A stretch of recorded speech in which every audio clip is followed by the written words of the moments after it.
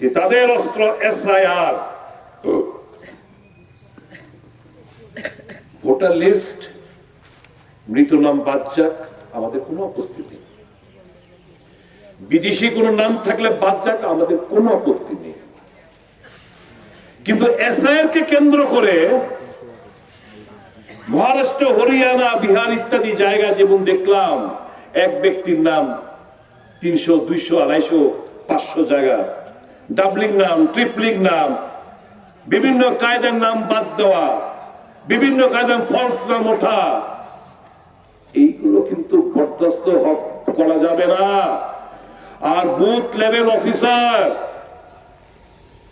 শুধু আমি আমার এলাকার জন্য বলছি না, সারা ত্রিপুরা রাজ্যের বিএলওদের আজকে পরিষ্কার ভাষায় বলে যাচ্ছি, এটা শুধু হুমকি না।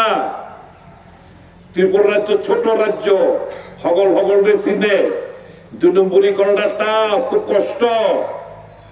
যদি এরকম বিজেপির চাপে কইরা করতে যাও, একটা ফিডা কিন্তু মাটির পড়তো না, একটা পিডা মাটির পড়তো না, আর চাকরির দিকে হাত ধুয়ে যাই তুই। পরিষ্কার আলাপ, booth level officer, be very alert. যা অন্যান্য স্টেট গুলোতে ঘটছে, ত্রিপুরা তো হইতে দিতাম না। প্রত্যেক নাগরিক তার যার যার ভোটার লিস্টের নামটা যেন থাকে সেটা সুনিশ্চিত করতে হবে।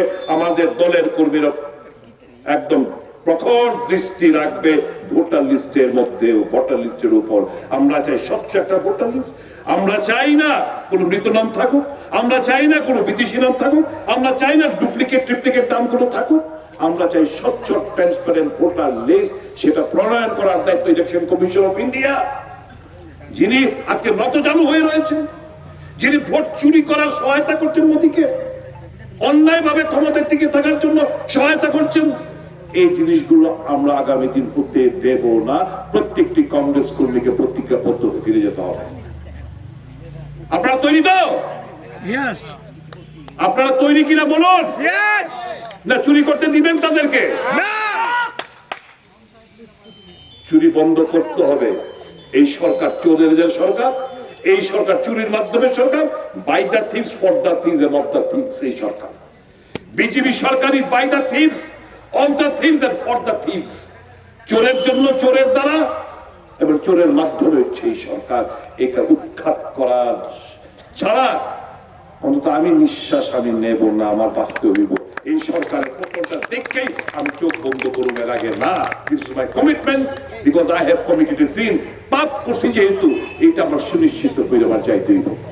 সবাই ভালো থাকবেন, সুস্থ থাকবেন, বীরের মতো চলবেন, লক্ষ্য স্থির রাখুন এবং আগামী দিন দেখা হবে এই আন্দোলনের মাধ্যমে। বলবো যে ভীষণভাবে এটা দুর্ভাগ্যজনক।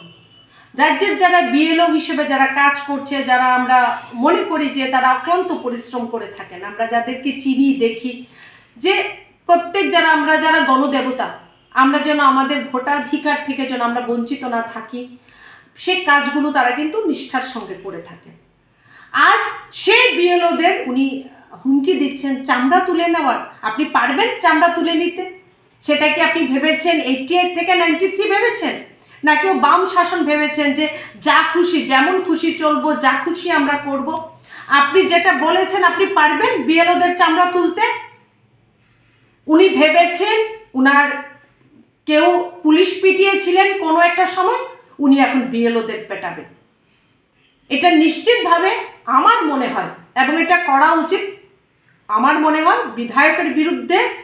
উনি যেহেতু উনার সব কিছু সীমা অতিক্রম করে গিয়ে কথাটা বলেছেন, বিধায়কের বিরুদ্ধে আইন অনুযায়ী ব্যবস্থাও নেওয়া উচিত। এই ধরনের হুমকি কোনোভাবে রাজ্য রাজনীতিতে বরদাস্ত করা যায় না।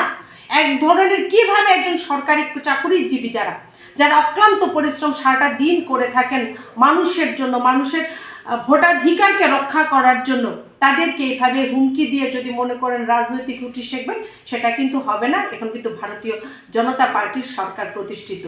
আজকে দেখুন কংগ্রেস সভা করছেন, কোথাও কোনো রকম ঘটনা কিন্তু অপ্রীতিকর ঘটনা কিন্তু হয়নি। গণেশ পুজোর সময় বেশি দিন হয়নি, উনি গণেশ পুজোর সময় আমার মনে আছে গণপতিকে আমরা বিসর্জন পর্যন্ত করিনি, উনি গণেশ পুজো প্যান্ডেলে উনি চলে এসেছিলেন রাজনৈতিক মঞ্চ বানাতে। তো যেমন খুশি তেমন আপনি সাজতে পারবেন, এটা ভারতীয় জনতা পার্টির সরকার চলছে। স্বপ্নেও উনি বলছেন স্বপ্ন ফেরি করছি আমরা আমাদের মুখ্যমন্ত্রী, মাননীয় মুখ্যমন্ত্রী, আমাদের মাননীয় প্রধানমন্ত্রী স্বপ্ন সুশাসনকে আমরা ফেরি করি না, আমরা সুশাসনের ফেরিওয়ালা না, আমরা সুশাসনকে প্রতিষ্ঠিত করেছি। আমাদের ভারতবর্ষের যশস্বী প্রধানমন্ত্রী নরেন্দ্র মোদীজি সুশাসনকে ভারতবর্ষের রাজনীতিতে প্রতিষ্ঠিত করেছেন।